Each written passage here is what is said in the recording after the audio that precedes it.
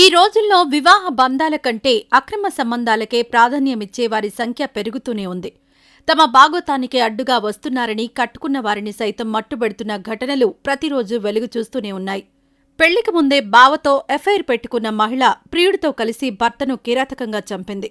భర్త ఆత్మహత్య చేసుకున్నాడని నమ్మించింది కాని అతడి కాలి చెప్పు మర్డర్ మిస్టరీని బయటపెట్టింది. ఈ కథలో పోలీస్ ఇన్స్పెక్టర్ కీలకంగా వ్యవహరించి నిందితులకు శిక్ష పడేలా చేశారు. వివరాల్లోకి వెళ్తే ఆంధ్రప్రదేశ్లోని గుంటూరు జిల్లా ఫిరంగిపురం మండలం పొనుగుబాడుకు చెందిన నల్లబోతు నరేంద్రకు అదే గ్రామానికి చెందిన మేనమామ కుమార్తె అయిన శ్రీవిద్యతో 3.5 క్రితం పెళ్లయింది. నరేంద్ర సెక్యూరిటీ గార్డుగా పనిచేస్తుండగా శ్రీవిద్య నరసరావుపేటలోని ఓ ప్రైవేట్ స్కూల్లో టీచర్గా పనిచేస్తోంది. అయితే గతేడాది డిసెంబర్ 19న తనని ఇంటికి తీసుకెళ్లేందుకు నరసరావుపేట రావాల్సిందిగా శ్రీవిద్య భర్తకు ఫోన్ చేసింది. ఆ తర్వాతి రోజు నరేంద్ర నాదెండ్ల మండలం సాతులూరు పొలిమేరలో శవమై కనిపించాడు. అతడి మృతదేహం పక్కన మద్యం సీసాలో పురుగుమందు కనిపించడంతో అందరూ ఆత్మహత్య అనుకున్నారు. శ్రీవిద్య కూడా తన భర్త ఆత్మహత్య చేసుకున్నాడంటూ బోరున విలపించింది. పోలీసులు కూడా సూసైడ్ కేసు నమోదు చేసుకుని దర్యాప్తు ప్రారంభించారు.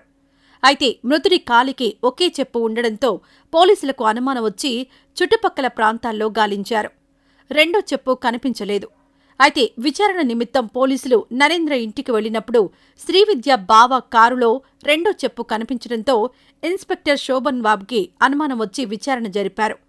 దర్యాప్తులో విస్తుపోయే నిజాలు వెలుగులోకొచ్చాయి. విచారణలో భాగంగా శ్రీవిద్యకు ఆమె బావ గొట్టిపాటి వీరయ్యకు మధ్య ఎక్కువ ఫోన్ కాల్స్ ఉండడాన్ని గమనించి కూపీలాగారు. పెళ్లి కాకముందు నుంచే శ్రీవిద్యకు ఆమె బావ వీరయ్యతో అక్రమ సంబంధం ఉంది.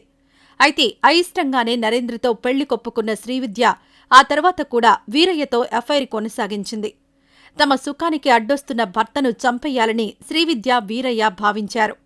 తమ ప్లాన్ ప్రకారం వీరయ్య తన తోడలుడు నరేంద్రకు ఫోన్ చేసి ఓ వ్యక్తి నుంచి తనకు 10 లక్షలు రావాల్సి ఉందని, వసూలుకు సాయం చేయాలని కోరాడు. ఆ డబ్బు వస్తే జనవరి 1న బుల్లెట్ కొనిస్తానని ఆశ చూపాడు. డిసెంబర్ 19న భార్యను ఇంటికి తీసుకురావడానికి నరసరావుపేటకు బయలుదేరిన నరేంద్రను కారులో ఎక్కించుకున్నాడు. మార్గమధ్యంలో గుంజి బాలరాజు, చౌడయ్య అనే మరో ఇద్దరిని కారులో ఎక్కించుకున్నాడు. మద్యం, తినుబండారాలు తీసుకుని వినుకొండ మండలం కొత్తపాలెం వద్ద ఓ చోట కారు నిలిపారు. అప్పటికే మత్తులో ఉన్న నరేంద్రకు సైనైడ్ కలిపిన మద్యం అందించారు. అతడు ప్రాణాలు వదిలాక మృతదేహాన్ని సాతులూరు పొలిమేరలో కాలువకట్టపై పడేశారు. నరేంద్ర మృతదేహం పక్కన సగం ఖాళీ చేసిన మద్యం సీసాలో పురుగుమందు కలిపి పెట్టారు. దాన్ని ఆత్మహత్యగా చిత్రీకరించే ప్రయత్నం చేశారు. మొత్తానికి పోలీసులు చెప్పు ఆధారంగా వారికొచ్చిన అనుమానం దిశగా విచారణ చేసి వీరయ్య, బాలరాజు, చౌడయ్యను, శ్రీవిద్యను అరెస్ట్ చేసి జైలుకు పంపారు. కోర్టులో నేరం రుజువు కావడంతో నిందితులకు జీవిత ఖైదు విధించారు. ఇక ఇదిలా ఉంటే బంజారాహిల్స్ లుంబిని క్యాజిల్ అపార్ట్మెంట్లో ఈ నెల 11న మొహమ్మద్ రిజ్వాన్ అనే Swiggy delivery boy food delivery చేసేందుకు వెళ్లాడు. అక్కడ 3వ ఫ్లోర్లో ఉంటున్న కస్టమర్కు డెలివరీ చేసేందుకు రిజ్వాన్ వెళ్లాడు. అయితే వాళ్ల ఫ్లాట్ నుంచి జర్మన్ షెపర్డ్ జాతికి చెందిన పెంపుడు కుక్క గట్టిగా అరుస్తూ రిజ్వాన్ పైకి దూసుకొచ్చింది.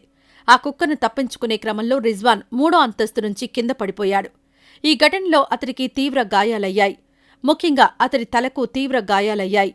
వెంటనే స్పందించిన ఆ కుక్క యజమాని, కస్టమర్ అయిన వ్యక్తి రిజ్వాన్ను నిమ్స్ ఆసుపత్రిలో చేర్పించాడు. అయితే అక్కడ 4 రోజుల పాటు చికిత్స పొందిన రిజ్వాన్ ఆదివారం మరణించాడు. ఈ ఘటనపై పోలీసులు కేసు నమోదు చేసి దర్యాప్తు జరుపుతున్నారు. రిజ్వాన్ మరణంపై తెలంగాణ ప్రభుత్వం, పోలీసులు స్పందించి తగిన చర్యలు తీసుకోవాలని, తమ కుటుంబానికి న్యాయం చేయాలని రిజ్వాన్ కుటుంబ సభ్యులు డిమాండ్ చేస్తున్నారు.